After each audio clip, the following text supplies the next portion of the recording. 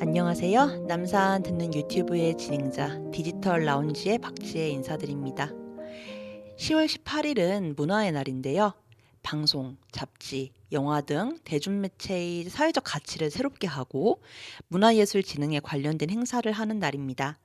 1970년대에 들면서 문화창조의 필요성이 증대됨에 따라 1972년 문화예술진흥법을 제정 및 공포하였고 1973년 방송의 날, 영화의 날, 잡지의 날을 흡수, 통합하여 문화의 날로 만들었다고 하는데요.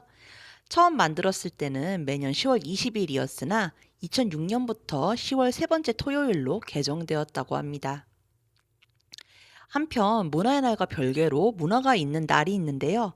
문화가 있는 날은 문화기본법에 근거하여 전국의 문화시설 이용에 관한 문턱을 낮추고 국민생활 속 문화 향유를 확산하기 위해 문화융성위원회와 문화체육관광부에서 2014년 1월부터 시행하여 매월 마지막 수요일로 제정하여 운영하고 있다고 합니다. 이번 주는 원곡을 리메이크한 곡으로 선곡해봤습니다. 첫 번째 곡입니다. 태희의 묘해 너와.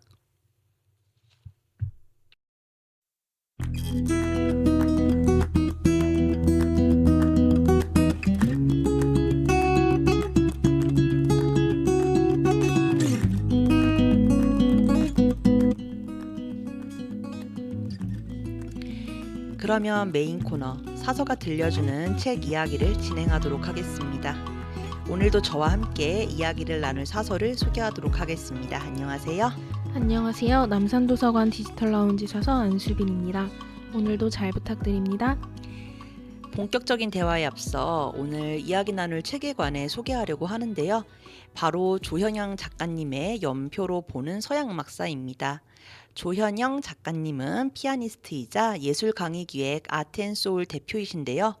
독일 쾰른 국립음대 피아노 전공 실기 전문 연주자 과정, 라이프치히 국립음대 최고 전문 연주자 과정을 졸업하셨다고 합니다.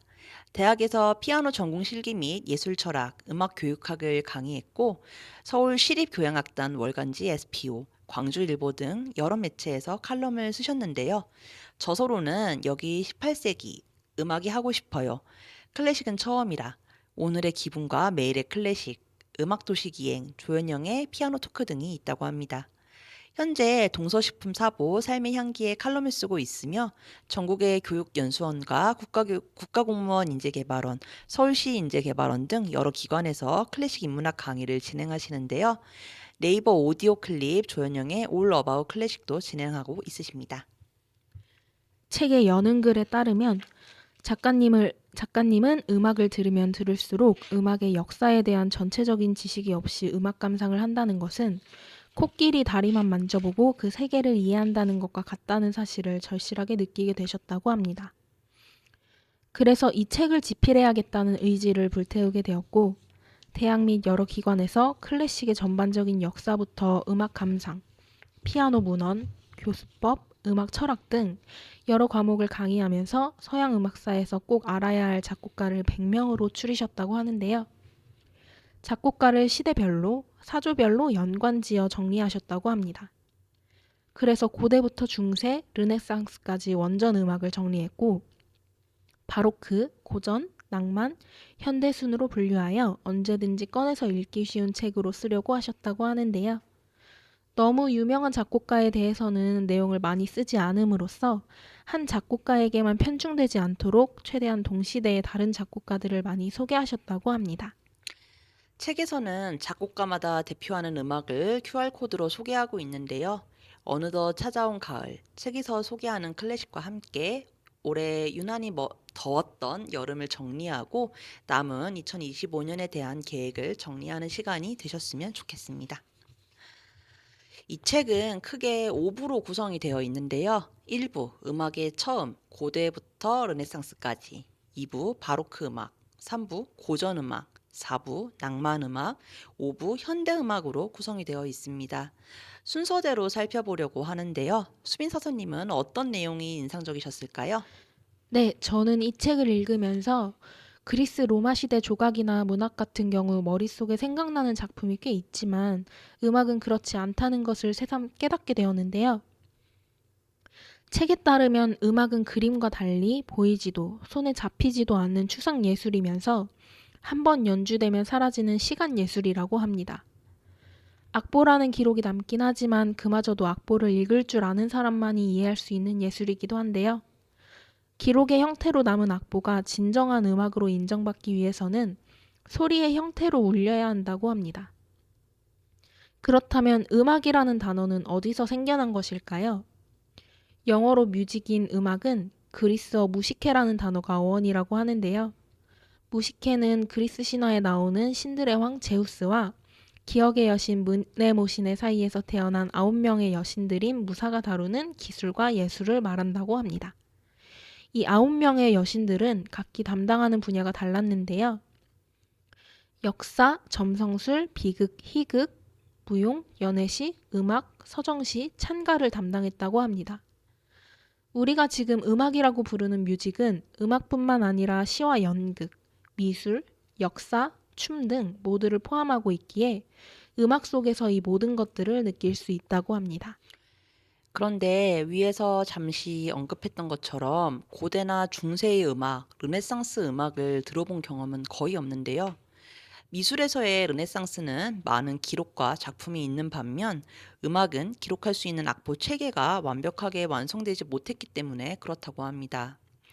이렇듯 인간의 감정을 음표로 기록하고 음악을 악기로 표현하는 데까지는 우리가 생각하는 것보다 시간이 더 걸렸다고 하는데요. 그렇다면 고대 음악은 어느 시기의 음악을 말하는 걸까요? 고대 음악은 중세가 시작되는 5세기 이전까지의 음악을 말한다고 합니다. 그 시절 음악적 기록은 고대인들의 일상을 그린 벽화나 그릇에 그려진 그림을 통해 알 수 있다고 합니다.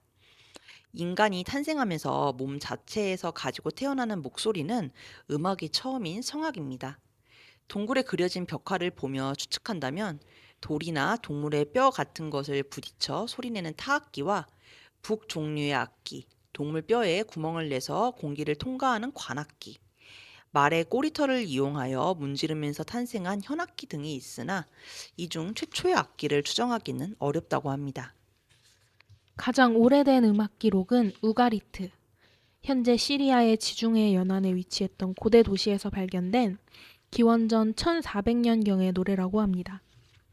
돌에 새겨진 이 노래는 현재로서는 완전히 해석될 수 없는 후르리 언어, 북부 메소포타미아와 동양과 서양의 경계 지역에 기원전 2500년경부터 살았던 사람들이 썼던 언어로 되어 있지만 가사는 달의 신의 부인인 니칼에게 바치는 찬미가로 보인다고 합니다. 현존하는 고대 그리스 악보 중에서 곡 전체가 온전히 남아있는 유일한 음악으로는 세이킬로스의 노래가 있는데요. 이것은 터키 에페포스 유적에서 발견됐고 1세기에서 2세기경에 작곡된 것으로 추정된다고 합니다. 작곡가는 알 수 없으나 비문에 세이킬로스라는 사람의 이름이 적혀 있어서 그가 악보의 실제 작곡가로 축출될 뿐이라고 하는데요.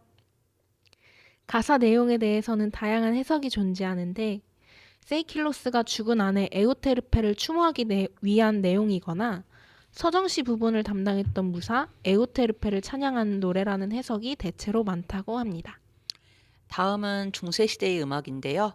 중세의 모든 것은 하나의 언어로 점철됩니다. 바로 기독교인데요. 그래서 초기 중세 음악은 모두 기독교 음악이었고, 음의 높고 낮음이 거의 없이 순차 진행으로 반복하는 매우 단조로운 음악이었다고 합니다. 수도원의 수사들이 불렀던 음악이라 모두 남자만 불렀으며, 기독교의 핵심 전례인 미사에 쓰였다고 하는데요. 초기 중세 음악과 달리 나중에는 반대급부로 세속 음악도 발전했다고 합니다. 중세와 르네상스 시대에는 성악이 기악보다 우세하여 기악 반주가 없는 성악이 주를 이뤘다고 합니다. 음악이 누구든 연주할 수 있는 악보로 기록이 될 때까지는 긴 시간이 걸렸다고 하는데요. 처음 4세기에 네우마 기부법이 발생했는데 문자악보였다고 합니다. 초기의 네우마는 간단한 기호로 음의 길이와 높낮이를 표현했는데요. 그러다가 9세기 중반부터 그레고리안 성가가 악보로 쓰였고 10세기에 최종적인 형태를 갖추게 되었다고 합니다.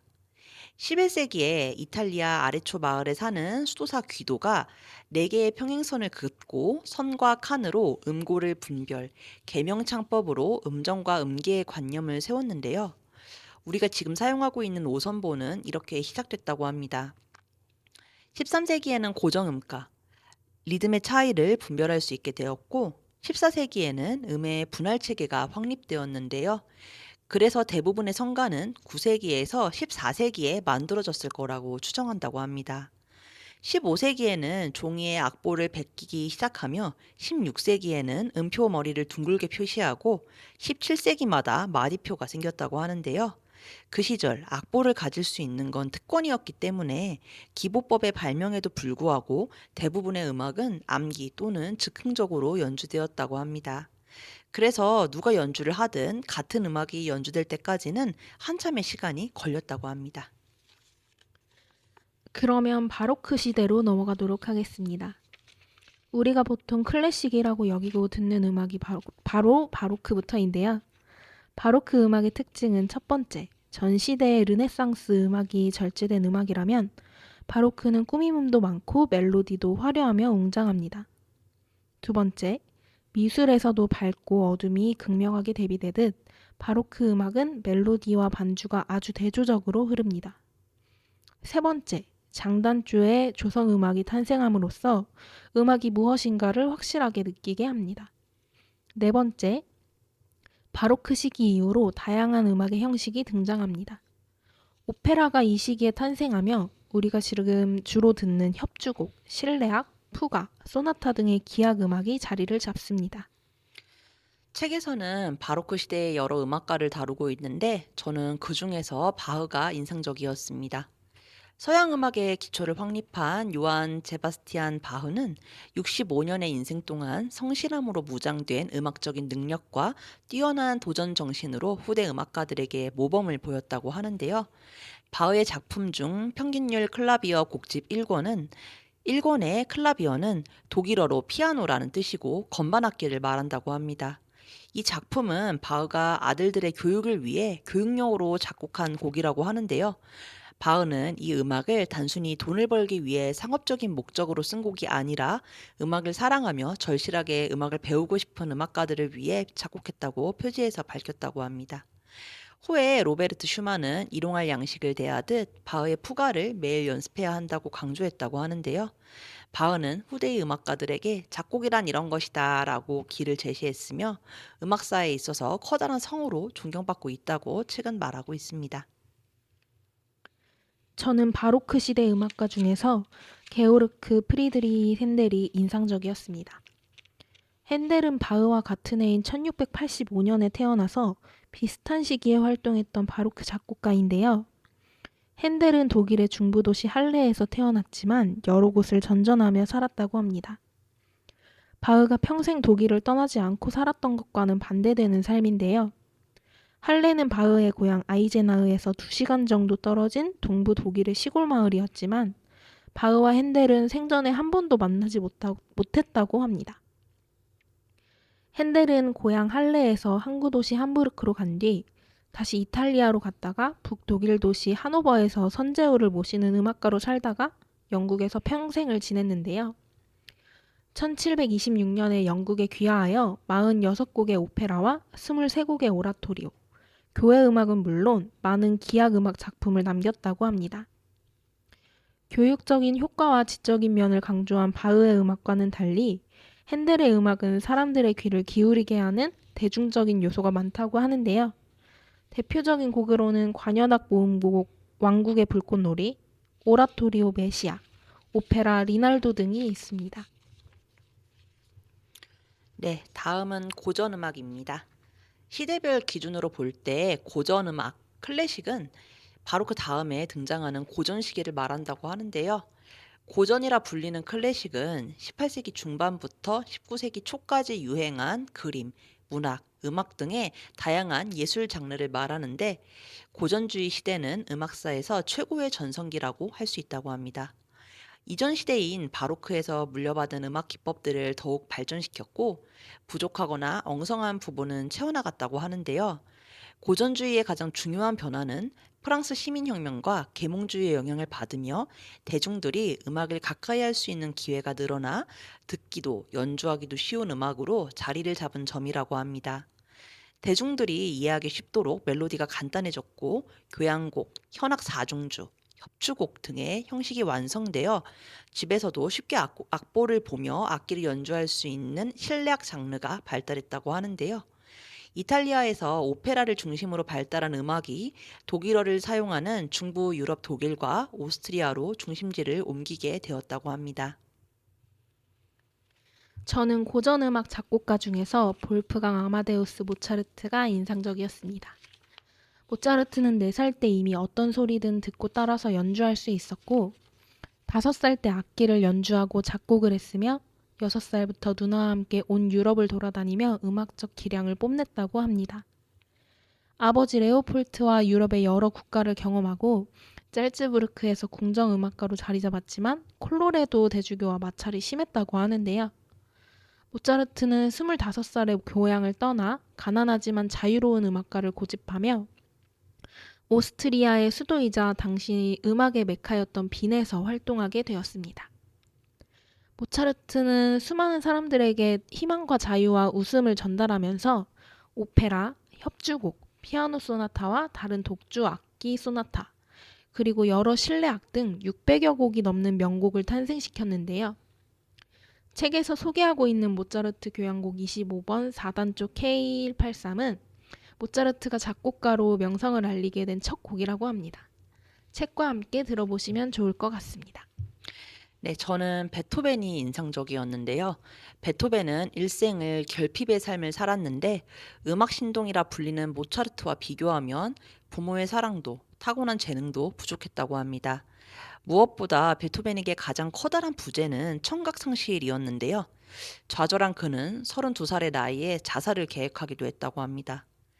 베토벤의 음악적 시기는 주요 사건을 기준으로 3기로 나누는데 1기는 유서를 쓰기 전인 1802년까지, 그리고 2기는 완전히 들을 수 없게 된 1817년까지, 마지막은 베토벤이 죽은 1827년까지로 나눈다고 합니다. 베토벤에게 부재와 결핍은 선천적으로 타고난 형질이었지만 후천적인 노력으로 모든 걸 승화시켰는데요. 베토벤은 고전의 마지막이자 낭만의 시작이기도 하다고 합니다. 보통 4악장 구성의 현악 4중주 곡을 7악장으로 확장하는가 하면 첫 악장을 전통적인 빠른 템포가 아닌 아주 느리게 시작하는 곡도 있고 기악 음악에 성악을 추가하는 등 파격적인 변신을 꾀했다고 합니다. 다음은 낭만 음악입니다. 원래 로맨틱이라는 단어는 예술사적 입장에서 보면 앞선 시대의 고전적, 클래식에 대응하는 말인데요. 고전이 정리되어 있고 쉽고 간단하며 형식을 중요시했던 예술사조라면 낭만은 개인의 감정을 느끼는 대로 자유롭고 다채롭게 표현하는 사조라고 합니다. 결국 형식이나 구조, 규칙보다는 느낌과 감정을 중시하는 것이 낭만주의라고 하는데요. 그래서 고전의 주요 장르였던 소나타의 형식을 변형시키고 곡의 끝이 정확하게 느껴지는 마무리 대신 끝난 것인지 아닌지 모를 정도로 애매한 끝마침도 등장하고 조성도 모호하고 화음의 색깔을 흐리게 하는 불협화음도 많이 등장했다고 합니다.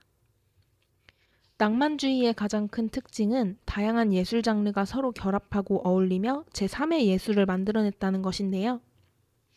리스트의 교향시, 슈만의 가곡, 차이콥스키의 발레 음악 등 고전 시대에 없던 장르의 음악들이 이 시대의 산물이라고 합니다. 저는 낭만주의 음악 중에서 프란츠 슈베르트가 인상적이었는데요. 슈베르트는 35살이라는 이른 나이에 세상을 떠난 모차르트보다도 4년이나 젊은 31살에 세상을 떠났다고 합니다. 슈베르트는 가곡의 왕이라는 타이틀을 달고 있지만 작곡한 장르가 실로 방대한데요.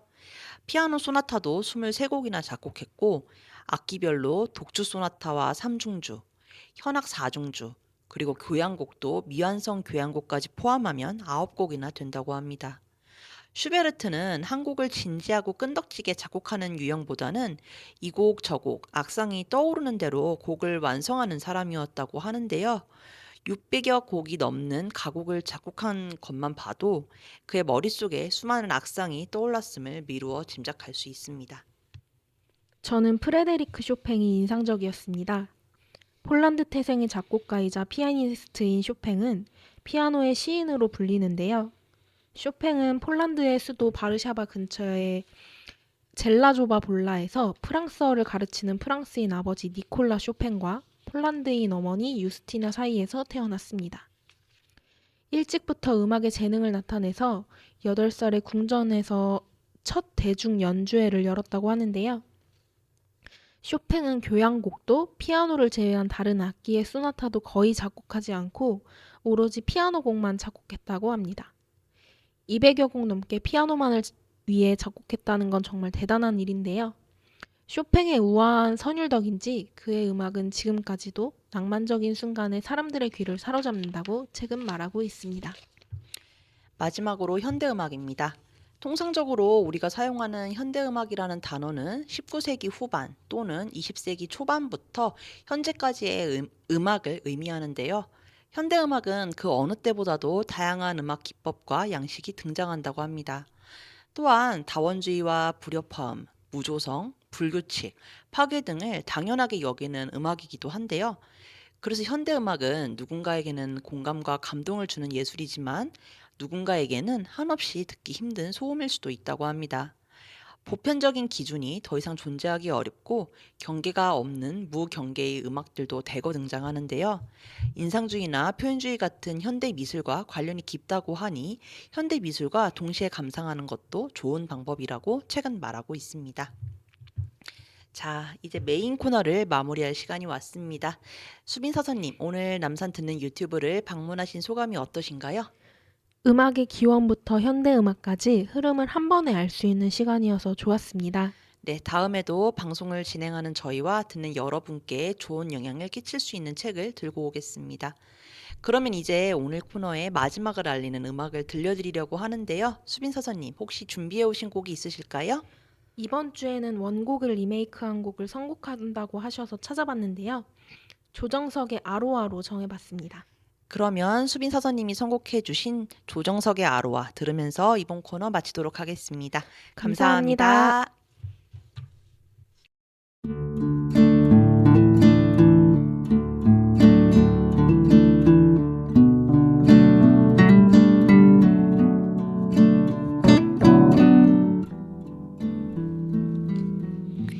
자, 이제 남산 듣는 유튜브를 마칠 시간입니다.